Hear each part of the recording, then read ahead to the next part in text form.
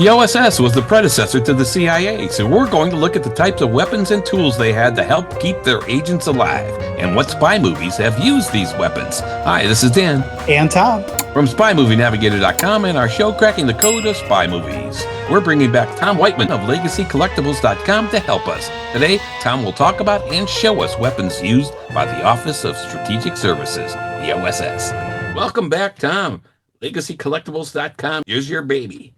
Absolutely. Thank you so much. You got Tom and Tom. I hope it's not too confusing. But, yeah.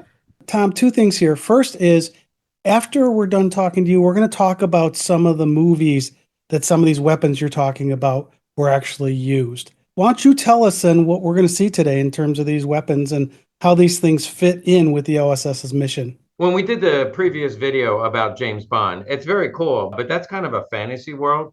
What I like about this, what we're going to talk about today, these are real tools used by real people to go on real missions. In fact, one of the things I brought, I have the name of an OSS officer and a special op that he was on in Cairo and how he was attacked by a couple of Arabs. Anyway, there was agents there. So this really happened. It's factual. And so we're going to talk about some of the missions they did and some of the things they did. And as you said, there are true life stories about OSS agents behind enemy lines, including some females behind enemy lines. So I really, it gives me goosebumps to handle these things because they were really used by real people. Yeah, that's fantastic. That We're is. looking forward to talking about them and actually seeing them. So, all right, let's see what you got, Tom. We're interested in hearing the story of OSS Absolutely. and the weapons behind them. Probably one of the best known OSS operations, although a lot of people don't know is OSS, is the Liberator pistol. A lot of people know it as a one-shot pistol. It was made by Guide Lamp, which was part of General Motors. They were given a contract. They hired about 200 women, and within a matter of a month or so, they made 1 million of these Liberator pistols. I have one here. Now, they tell me that these originally cost about $2 a piece to make. It is one shot, but there is room. It shoots 45 caliber, same as the 1911 Colt, but in the bottom it's hollowed out, and I'm missing the bar that holds it in. But you can put rounds inside here. You can take one out. Now I'll show you, for those who are just listening, it's a very crude piece of pressed metal, sheet metal, that they just stamped them out really quickly. I wouldn't want to shoot one because I did actually watch on YouTube somebody shot one, and when they were done, they were like, "Ow!" The best way I can describe it, because I shot it with no bullet in it. It feels like if you have a baseball bat and you hit a baseball and you're not gripping it tight and it jars, it like shakes. Yeah, that's a bad feeling. So I manually cock it back, turn it like this. Okay, then you just lift this up. You put the bullet in, close it down. Put the striker. That's a striker there, and then I pull the trigger, and it pops forward, shoots the bullet. So it only shoots one bullet, $2 a piece. What they would do is they would drop these behind enemy lines. So they were supposedly, it was secret, so there's been no confirmation. They dropped them to the resistance fighters in France. They used them in Asia, throughout Europe, Poland. There's been some that are still dug up. This one looks pretty rough. It's pretty corroded. And it could have been buried somewhere because after they dropped them in the ground, I'm sure a lot of them just fell into the woods and were never used. But the goal here would be you walk up to a guard post. Let's say it's around midnight and there's only one guy there. And he has an MP40 machine gun. So he says, "Can I see your papers?" And you pull this out and you shoot him and take his machine gun and run away. So that was the goal of this, to get these in the hands of resistance fighters behind enemy lines. They made 1 million of them. I have heard stories and I've seen pictures. Some were dropped in the Philippines to fight the Japanese behind enemy lines. Yeah. And I saw a picture from 1980 where the Philippine Police Department was still using this as one of their carry weapons by the police. That was back in the 1980s. If that's not true, I apologize to any Filipino listeners, but I did read that. And there is a lot of mystique about these. People tell all kinds of stories. I don't know if many of them are true because most of them were not documented.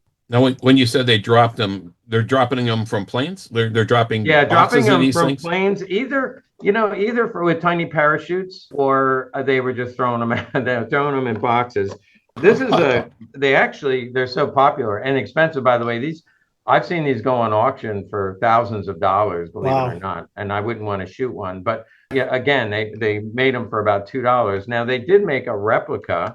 This is a replica, a lot cheaper. It's a couple $100s. You can see it's like brand new, but it's so popular with collectors. They do the replica, and they came originally in this cardboard box. That's actually a picture of one. It comes in this cardboard box, which is covered with wax. And I guess that would be if it fell in a wet area. And then there's also, I don't see it in here, there was a manual that came with it. You would open it up. There was no writing, just pictures.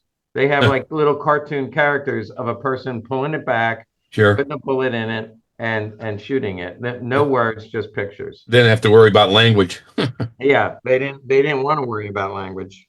So Tom, if you're going to use this thing, you would set it up, load it, get it ready to go, keep it in your pocket if you need to take it out and shoot it. Right. You're theoretically reaching for your papier. Right. You know, where's your papers? Yeah. You would pull it out and you'd have to, I hate to say it, but shoot him in the head. Yeah. And to make sure you got him. Yeah. And take his machine gun. And you don't want two guards there. It just needs to be one lone guard out on duty. And the goal is to get a machine gun. That would be the mission, to get a machine gun. Okay, so one thing for the listener that's not watching the video of this is it's got a kind of a goofy trigger guard, because the trigger guard comes up and becomes the sight at the top you see that? of the barrel. Yeah. And so it's just a very distinctive looking weapon. There's the rear sight and there's the front sight. Yeah. You sight it right down there. And how big is the whole gun there, Tom? My hand. Okay. So maybe 4 or 5 inches? Yeah. Okay. So it's a small weapon. It is a small weapon, and you're really not going to get a chance to load it again, because there is, well, you can see it on the replica. There's a little plate. Yeah. And so you'd have to slide the plate back, get another bullet out, slide the plate in, and put that in. So you really only get one shot. And again, that's the original, and they're easy to tell if it's a replica. Yeah. But you could fire it again. So if you went on to the next guard station, you could have it set up again. You know, they could fire it again. You're right. And one of the concepts was create chaos, basically, really, behind enemy lines, right? From the resistance fighters. Exactly. There's been, and there's been a lot of good movies lately coming on lately about resistance fighters and things. I watched one the other night, and it was fascinating. All the Light You Cannot See is one where they resisted the Germans. And anyway, there's a lot of good movies coming out about the resistance. Yeah. Cool. That is a very neat weapon. It is so distinctive looking. Most people have heard of the Liberator, and they'll say, "Isn't there a really cheap gun that shoots one shot and they cost thousands of dollars?" That would be the Liberator. And you said there's really not a lot of data, but was it in general, they think, a success? That was in general, it was very successful because it was so inexpensive. It's kind of a no-brainer. Somebody just dumps these out the back of a plane, and even if 80% of them were captured, you still get a few in the hands of the resistance, and that's all you really need. Yeah, just the thought process of that, the planning for it, the concept of it is, as part of the war effort. It's amazing, really. Yeah. I'm sure it was probably a think tank. They all sit around and they come up with what's your best idea? Well, what if we did, they all come up with ideas, and then they try one out. I'm sure there was a lot of failures, but this one happened to be successful. Yeah. Good, cool. That's good. I have a couple other weapons if you want to see them. Oh, absolutely. Where you want to see what the OSS used before they were the CIA. Yeah. And by the way, a lot of the testing happened in Aberdeen Proving Grounds, which is right there in Maryland. I think it's a museum now. You can come visit, and they'll have a lot of these on display. Aberdeen Proving Grounds was where they developed these weapons. But then their training was at Camp David. It was Camp David, but it wasn't a presidential retreat. It was a secret base where they trained the OSS agents. They taught them how to use these weapons, but also hand-to-hand combat. And they taught them about this grenade. Now, World War II grenade, they called it the pineapple because it looked more like a pineapple. Yes. This was called the Beano. And I'm not sure, other than you could get beamed in the head. but it's the exact same size as a baseball. And the goal would be they said any red-blooded American boy knows how to throw a baseball. So unlike the pineapple grenade, this was developed for the OSS. On the regular grenade, there was a timer. This one would explode on impact. Not sure why, but they specified they wanted to blow up on impact. So there's a little pressure bar here. When this hit the ground, it would blow up. You would pull the safety pin and then just throw it. So that was particularly made for the OSS. But the story goes, if you look up it on the internet, they said more Americans in training were killed than the enemy ever were, because what would happen is when they're pulling this out and they dropped it, it would go off at their feet. And that evidently they document that several trainees were killed by the Beano. So it never went into full production. So these also are, very expensive. I'm sure they make replicas, but this is an original grenade that was used by the OSS. And if you're just listening, it's the exact same size as a baseball, has a little ring that you would pull to charge it, and then you want to throw it, just like, I guess you do a fastball, not a curve.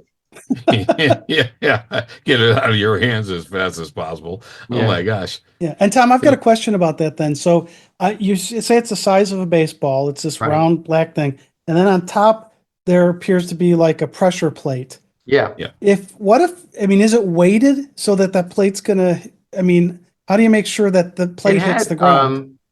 This one, if I pull the pin out, you can mess with it a little bit, but this comes off now. But originally there was just a spring in there, so that it kind of, the flap comes up, and when it would hit it, as soon as you push it down, that would ignite the grenade. Okay, but what if the other side happened to hit whatever you were throwing it at?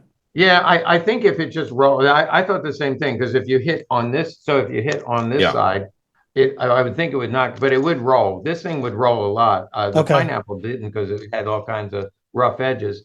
This would roll quite a bit, and as soon as it rolls, and I think they would want it to go off right away, because that 6 seconds would give the enemy time to pick it up and throw it back. Right. So that's the size of a baseball. I mean, they have to be carrying around these in packs and stuff. And you're not putting one of those in your pocket or clip it on your belt or whatever. That's kind of, seems to be an odd shape. You don't want to hang this on your belt loop and have it pull out and drop to the ground. And that's evidently was the flaw in this design. That would happen. This comes out, it drops into your feet, and then you don't have any feet. And it's called a Beano, Beano, Beano. Yeah, Beano. That's what they call it. Okay. That's an interesting device the OSS used. Most people have seen these. I know they used these even in World War I. They had a dagger. I don't have one right now. They have a dagger with this as a handle. But this is just the brass knuckles. And this actually came from an OSS officer. His son had all of his gadgets, and this was one of the gadgets he had. So he evidently carried these. I'm not sure it was official issue from the OSS, but they had them available. He brought that home from the war. Also, this came from the same gentleman. So this would hook on. Oh, there it goes. So this would, I've seen this in movies. Actually, last time I saw it, I think it was a prison guard was using it. You just whip it, and you see how it then becomes a very painful piece of metal, like a spring. Okay, so there's a spring inside this metal rod, and when you flip it, the spring pops forward. All I have to do is go like that. I'll back up. Here you go. Yeah. Oh yeah. And now you've got. We're trying to describe it for people who can't see. Yeah. So this would you'd be able to hang that on your belt, but this is a pretty potent combat, hand-to-hand combat weapon. They say that it's a lot worse than getting hit with your fist in terms of this thing, because of it has a whipping action, and you whip somebody across the face, they're not going to get up again. Yeah, so the spring bends, and there's a hard metal thing at the end of it to give it the weight. So there's the weight. So you get a whipping action. Yikes! I'm sure the camera can probably hear. It's like a spring. Yeah. And when you whip it, it comes open. Now, see, I'm thinking the next time I'm walking the streets of Philadelphia, I should carry one of these, but they're probably illegal. But again, this came from a vet. I'm going to show you a picture of the vet, the OSS officer who brought this this Yeah. back. And I think a lot of our listeners, viewers, have heard of the Fairbanks fighting knife, also known as the Pancake, the spatula knife, because when people see this, they go, "Oh, that's for turning your eggs in the morning." It does have a spatula. It looks like a spatula with a case. And you know, I think it was supposed to go in your belt, or it was this guy describes it as having it in his boot. Okay. And the knife itself looks like that, which is typical of a fighting knife. Yeah. It's just the spatula sheath that looks so different. And these were specifically made for the OSS. So that makes them very rare and very expensive. I see them on auction from time to time, and they go for a lot of money. So therefore, I'm sure people have faked these, but this came directly from the GI who carried it. In fact, I will read you a story about how he used his knife to defend himself when he was attacked in Cairo. So, oh wow! So what I like about this is we say there's a spatula on the end, and again, for the people who aren't watching this, who are listening, the spatula, it's got holes in it or slots in it like a normal spatula would for cooking, but that also allows you to then secure it to something, I would think. Right. Yeah, so belt loop or throw it through your belt. Yeah. So that's an intriguing design. Plus, like you say, you can flip your pancakes with it. Yeah, I'm sure somebody has used it for that. Yeah, so we're always thinking with OSS, CIA, and all this, we're always thinking that, hey, it's going to be guns and things like that. But there was a lot of hand-to-hand combat weapons used by OSS. Yeah, exactly. Street fights and things like that. This is, you can see Arabic symbols on it. Yes. Yeah. And so when I picked up this lot, a lot of the OSS stuff came together, not the Liberator, but these hand-to-hand combat items came from the family of a vet. And this was one of the things he had. And I kept thinking, why does he have this? This was certainly never used by the OSS. It has Arabic symbols on it. So I'll show you a picture. And actually, Tom, while you're pulling that up, again, for those who are listening and not seeing, he's holding up a knife, and the handle of the knife has these Arabic symbols on it. Yeah, this looks like about 9-inch knife, maybe. Yeah, so I kind of think this looks like Matt Damon. Oh yeah, a little bit. It does. Yeah, so you don't have to see it. Just imagine Matt Damon. He could play it in the movie, and he was there's his name. Okay. Richard Winslow Breck Jr. Yes, and he was in the European Theater. He was in the OSS, and had several missions. Trained in Camp David, had several missions, and one of them he writes a little bit about. So the Fairbanks Commando knife was his. He also calls it the spatula knife. It came with a flexible spring baton that would telescope, and that we saw. It had the steel knuckles, and then an Arabic fighting knife in a wooden sheath. While he was in Cairo, he received orders to go to the airport for a special operation. He hailed a cab. It pulled up, and my dad was entering the cab. An Arab pushed him from behind, and a backup assailant jumped on the running board of the cab. The cab took off. The moment my dad felt the push, he reached for his blade that was in his boot, where he always kept it. So a knife fight ensued in the back seat of the cab. While the fighter in his face, he kicked the door of the cab open and knocked the guy on the running board off and onto the street. My dad prevailed against his assailant, who is now holding this knife to the throat of the driver, and told him to take me to the airport. My dad retrieved the Arab's knife and kept it the rest of his life. And this man was selling this on auction. So anyway, that was the fighting knife that he took off. A true story with this particular knife. That's amazing. Actually. That's cool. And a picture of Matt Damon. Yeah. He or does Matt Damon look like. Now, he also carried a pistol, evidently not in this operation, but this pistol is typical. There's actually two pistols that are typical of the OSS. This is a Colt Detective, and that's 380 caliber. And this is, you can buy one commercially. They made them for the military. They make them for police. So there's nothing special about this that would make it OSS, except for the serial number. And so what we're able to do, if you go to the Colt archives, now, you're not going to be able to read this. You'll take my word for it. But the Colt archives, there's a picture of the Colt factory, and then it gives some specifics. It says when it was issued.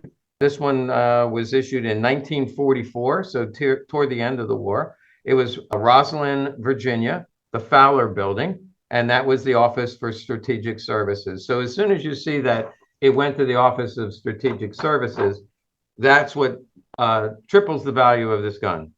Wow. If you just, if you just buy this gun at a local retailer, I don't know. I think they're under $1,000, maybe $950, but it's going to be 3 or 4 times that if you have one that was issued to the OSS. I'm sorry, I'm holding up the wrong gun. It's this.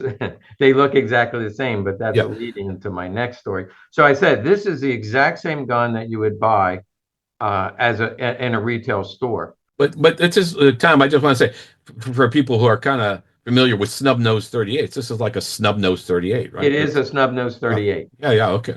And I would say 90% just had, well, actually 99.9% just had that snub nose 38. But so that snub nose 38 you were showing us had a full trigger guard, right, and it's got a full hammer, right, that you can there. see. All right. So if you picture a snub nose that, with the little revolver thingy in the middle, that's what this thing is. And it looks like a pretty basic gun that we see all the time. And it's a Colt Detective Special, which a lot of detectives actually use the gun because it was a smaller, easier to carry gun, right? With the snub nose. So very cool. And it has dual action, meaning you can use it this way. You can cock it, leave it cocked like that, and then fire it. Most people say don't leave it cocked because if you just barely touch it, it's going to go off. So that's double action. Or you can not cock it and go like this, and you can see how the cylinder rotates. And you're just pulling the trigger there. You can use that 2 ways. Now, and did it hold six shots? Yeah, 6 shots. Okay. And then there was a FitzGerald. This one, but particularly for clandestine operations, because there's the hammer, you can't cock it; it's filed off. Okay. And that's because they said, well, you keep it in your pocket, your coat pocket, and you don't want to reach in and catch it, on something and accidentally cock it that way. But the trigger guard doesn't go all the way up. So the only way to shoot this one, you can't shoot it there. I can't pull that back. And I'm trying. Can't pull it back. But as soon as you pull it out, you're ready to go because there is no guard. And the guard is important. Therefore, it was never approved for public use. You can't buy one of these. Sure. Interesting factoid. Tom Selleck, he has a regular show on TV. Is it Blue Bloods? Yep. Mm-hmm. Okay, Blue Blood. And he's the son of a police officer, and he becomes a police commissioner. If you watch that show, he carries one of these. Okay. Is that right? And it belongs to him. It is his actual gun in real life, and he uses it on the set because this is a highly collectible gun. They said there's only about 40 of them, but the OSS did use these. He made these for secret agents, people behind enemy lines, where all you do is when you grab it, it's ready to go, and it has an extremely light pull. In fact, the factory letter says it has a 3-pound pull. So as soon as you grab it, it's ready to go, and it will fire. For everybody who's listening there, the front part of the finger guard is missing. So you could just put your finger right on it and shoot. So it's for speed, obviously. You don't have to put your finger in a loop and then get to the trigger. You just, boom, you can just grab it and shoot it. I have never seen...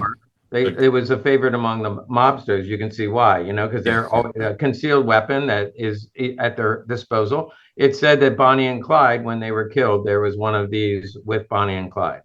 Oh. So I have one question with it being so easy to fire. You talked about the Beano, the grenade, and how people will blow their foot off with it. I can see trying to get that out of a holster or a pocket and shooting yourself. I think you're picking a theme up here. Being a secret agent is dangerous. Yes. You're as likely to kill yourself as the enemy, I think. Yeah. Now, you're right, and a lot of these never went into full production. The Beano never went into full production. There's much safer weapons, and I think your average agent would prefer to have something that was safe to carry. I just have one more gun. We started with the Liberator. This is probably the most sophisticated weapon. The 1911 is bigger than this, and it comes in .45 caliber. This comes in .380 or .32 caliber, and it is a model 1903 Colt. collectors with 1903. It's just a smaller version of the 1911. But this is semi-automatic. I believe it has 7-shot, maybe 8-shot in this magazine. And again, it comes in 32. There's the magazine. Yeah. 1, 2, 3, 4, 5, 6, 7. 7 shots. Okay. And so this also went to the OSS. This, I can get the factory letter. It says right here, you'll never be able to read it, but right on the frame under the slide, it says U.S. property. So it was made for the U.S. government. Officers carried this. They often say the higher the rank, the smaller the gun. So the rank and file carried the 1911, but your senior officers would carry the 1903. Yes. And the same is true with the OSS officers. They did carry these for missions, but if you're behind enemy lines on a secret mission, you don't want a gun that says U.S. government. Yeah, file that off. Yeah, now this is one of those guns that you see in a lot of movies and TV shows. And so I'm going to scroll a list of some of those movies and TV shows, the spy-related ones that we see this particular weapon in. Now, Tom, it holds 7 in the chamber in the clip, but is it also 1 in the chamber? Yeah, so you got 8 shots. 1 in the chamber. That's why I said 8. But yeah, so it would hold 8 if you had 1 in the chamber. I'm always nervous about having 1 in the chamber with a semi-automatic. Yes, right. Yeah, for listeners, one thing with any semi-automatic, you go out, like let's say you're on a mission and you come back from your mission safely, and there's one in the chamber. So you go to bed at night and you take this out and you take out the magazine and put it aside, say, okay, now it's safe, right? No, because there's still 1 in the chamber. So people make that mistake and have accidents. So you always want to clear the gun. That's a common sound. You want to clear the gun, make sure there's not a thing in the chamber, and then take the magazine out. So by clearing the gun, you're doing that pullback thing. You see that all the time in movies. Yes, where they pull back the top of it. I was just going to say, a lot of spy movies have that. They're clearing out the chamber. Yeah. Well, that's real life. I mean, these are real life guns, and they went on real life missions and protected our agents, and sometimes killed the bad guys. Yeah. Now, sometimes they would get caught, though, right, Tom? I mean, they're on missions. Sometimes they don't always go that well, or sometimes they're lost or whatever behind enemy lines. Did they provide any kind of materials for them to help them survive? Well, I happen to have a barter kit. It's not very glamorous. If you're just listening, you're not missing anything because it's just a black box. And I have opened up one of these. This is a hard rubber black box. Yeah, it looks like a CD case or something. With rubber. You can see it's sealed all the way around. And before this was given to naval aviators, so the people actually running the mission behind enemy lines, let's say they're shot down, they want to get to Switzerland or they want to get to Spain, they would have a barter kit. You can't really read you can see that there's writing, but it basically says, if found, return to the Naval Aviation Center. These were at the end of the war. And there's stories that are told pilots, because it was top secret, pilots would be given this when they went on a mission, or parachuters, people being parachuted. So agents were parachuted behind enemy lines. They would have a barter kit. A couple of interesting things. I can show you what's in it, but I already said it's not very glamorous. That's an X-ray. I went to the local veterinarian. What's in here? How do I know that it's in there? And one of the reasons I don't open it is they become worth less. Once you open it, it's worth less. I don't like that much, because if it was mine, I'd want to play with the toys. So there's 1, 2, 3, 4 gold coins, and then 1, 2, 3 gold rings. Wow. So you have gold rings, gold coins. These are British coins, by the way. This is for the European theater. The part in the middle has a serial number, and it matches the serial. There is a serial number on the box right there at the bottom. There's a serial number, 3-digit serial number on the box, and then a 3-digit serial number inside. So they would pick this up when they went on a mission. If they came back safely, they would turn it in, be put in a safe. Next guy goes on a mission, he would take a barter kit. One more interesting factoid. There was a European model, and this has been on Pawn Stars. People have brought them in. They have a European theater and an Asian theater. Now, in Asia, the gold rings and British coins were not as popular, and so the Asian one has like jewelry, trinkets, and a Swiss watch in it. So for whatever reason, I knew. Well, I would, like if you're on an island somewhere, you're shot down and you're picked up by the local natives.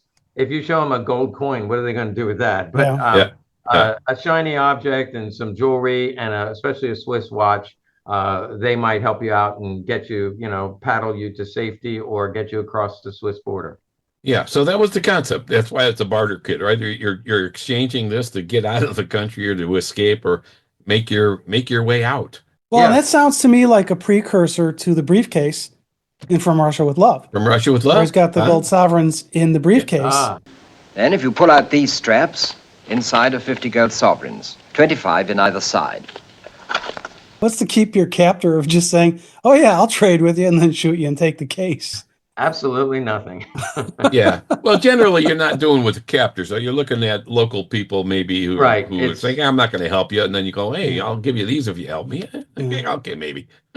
And there's a lot of information on the internet, but there's no recorded incidents that I could find where somebody actually used it. Okay. So it was again, great idea. I'm not sure how much it was. I don't know that it was ever very effective. And by the way, it went into the Korean War and even Vietnam. Wow. If a pilot was shot down, and let's say the native tribe up in the hills, they certainly, for some gold jewelry and a Swiss watch, they would get you back across the border. Yeah. Well, it worked for Bond and From Russia with Love, though. Distracted Grant. Remember, we talked about fantasy world versus the. Yeah. Well, this one seems to kind of cross the line a little bit because maybe that was the impetus. That might have been the impetus for that briefcase or the gold coin. I bet it did work a lot of times, really. I mean, how many times are they going to report it? Oh, maybe they didn't turn their kit back in. They say, hey, where's the kit? And I used it. But, I bet they did use it. Well, blurring the lines, Ian Fleming, as you guys have talked about plenty of times, was an agent. Yeah. So I'm sure the storyline and a lot of these ideas he picked up because he saw I'm sure he saw most of these weapons. He never saw that Moroccan knife though, where the chips in he never saw that as part of the OSS.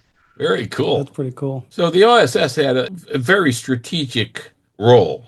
And certainly in World War II, I mean, we didn't have anything before that in the United States to collect all of this intelligence. And it eventually morphed into the CIA, which we have today. So all of this stuff that you're showing us here is real. Real spies use them, and real agents in the field use them. And it was our first central intelligence agency before the CIA, the OSS, the Office of Strategic Services. This is cool stuff, Tom. It really is.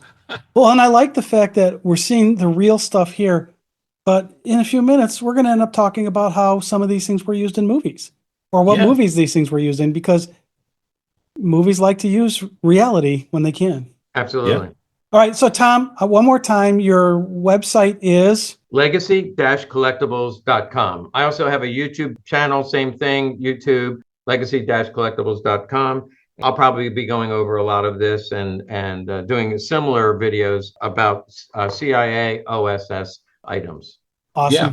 All right. So people can purchase these items on your website. That's what you do, right? I just want to make sure people know this. People, want to know, well, what practical use do these have? It's saving our history. Do you really need one? No, they tend to be very expensive, but they're really cool if you can afford it.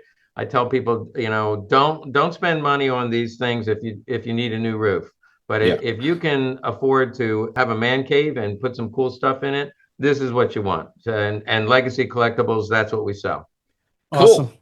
Awesome. Thanks, Tom. We appreciate the tour of all the OSS paraphernalia, weapons, and gadgets that you have there. We appreciate it. I'm sure all of the listeners at Cracking the Code of Spy Movies appreciate it as well. This is cool, unique stuff. Thank you. Thank you so much, Tom. Thank you, guys. All right. Well, we really appreciate Tom doing that for us and getting a look at what that stuff really looks like. And the cool thing is it's the real stuff. And some of it we see in spy movies. Some of it we see in other movies or TV shows or something. But it was pretty cool to see that. And let's give you a little bit more background on the OSS itself. Right? We talked about some of the weapons there because the OSS was really important. It was President Franklin D. Roosevelt who appointed William J. Donovan as the director of the OSS, right? And this thing was designed to combine both research and analysis, undercover operations, and espionage.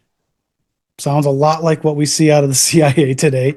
Counterintelligence, advanced technical operations to develop tools and whatever weapons were needed. And really, this was the functional core of what became the CIA.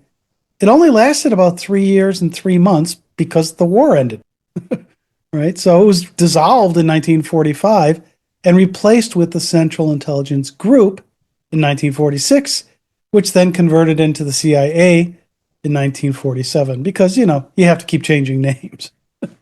Yeah, but as the OSS, it was the first centralized intelligence agency for the United States. And these agents were involved in many covert operations around the world and during World War II. They created sub-operational groups of agents as commandos who were involved in clandestine work behind enemy lines, like we talked a little bit with Tom about, but who fought and executed, a lot of times, their duties in uniform to prevent them from being executed as spies if they were captured or became POWs during the war. That was kind of cool. The weapons, some of which we saw and talked to Tom about today, were often created or customized for use by these agents. Everything from pistols to wireless communication radios disguised in briefcases to crossbow pistols. Those were cool. The Liberator pistol, which we talked about with Tom. The Beano baseball-sized grenades, which we saw and talked about with Tom as well. Escape pocket knives, special Colt 1903s. We saw that one as well. Fabulous pistol. And special snub-nose revolvers. Tom showed us 2 of them.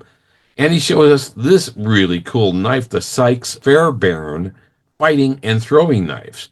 That was really cool because with the spatula. It's got a spatula. It's got a dual purpose. I mean, it was just incredible. And then escape kits and evasion kits that they used for survival that included, some of them included fake German stamps, maps, and other materials. A lot. Q was cool, but those units creating and modifying these weapons was very Q-like. Yeah, now there's a book on sale on Amazon called OSS Weapons, Special Weapons and Devices. It's definitely worth a read if you're into this stuff. The OSS was involved in many anti-German and anti-Japanese operations around the world. As the OSS morphed into the CIA, a lot of what was legacy data, procedures, and personnel found their way to the CIA. So many movies were made about the OSS and their spy operations since their inception. And some of these OSS weapons have been seen in lots of movies. Yeah, absolutely. And the 2 big ones that you see in the movies are the Colt Detective Special that Tom showed us today and the 1903 Colt Semi-Automatic that Tom showed us. Those were used in a lot of different movies, a lot of different spy movies. The Colt Detective Special, it's in over 250 movies and over 75 TV shows. Okay. So it's in a lot of them. The 1903 Colt, I found that there's 19 Mission Impossible episodes in the TV series had it. Wow. The Man from U.N.C.L.E. had it.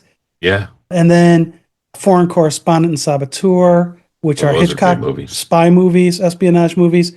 The French movie Cold Named Tiger, Spy Who Came In From the Cold, the 1978 version of the 39 Steps. Yeah. All had the 1903 Colt in them. Oh, hey, that's pretty cool. All right. So anyway, that was a lot of fun. It was great seeing it. You can also watch on a YouTube video if you're just listening to the podcast. Go to our YouTube channel, Cracking the Code of Spy Movies, and you'll see Tom showing these weapons as well and other materials. In addition to just these weapons, we talked about the OSS today. The OSS featured in a bunch of different movies. And the first OSS movie was called OSS in 1946. Hollywood was barred from using the acronym OSS in anything until it was transferred into the Central Intelligence Group. And the first movie out was called OSS, and it was written by Richard Maybaum, who did a lot of the screen work for the James Bond series. Yeah. A much more current movie that included stuff about the OSS was the 2018 movie, The Catcher Was a Spy, which is all about Mo Berg. So I don't know if you know that baseball player. That's actually a pretty good movie as well. That's a good movie, yeah. Yeah. There's a bunch of other ones out there that talk about the OSS. Two of them I want to talk about specifically because they're on the same mission, the same OSS mission. We have an episode where we decoded the movie Operation Mincemeat. That was a real operation done by the OSS. And in 1956, there was a movie called The Man Who Never Was, which was based on Operation Mincemeat as well. So there's two cuts of that. You know, the OSS is in a lot of other movies, but these are just some of those that we wanted to highlight. There you go.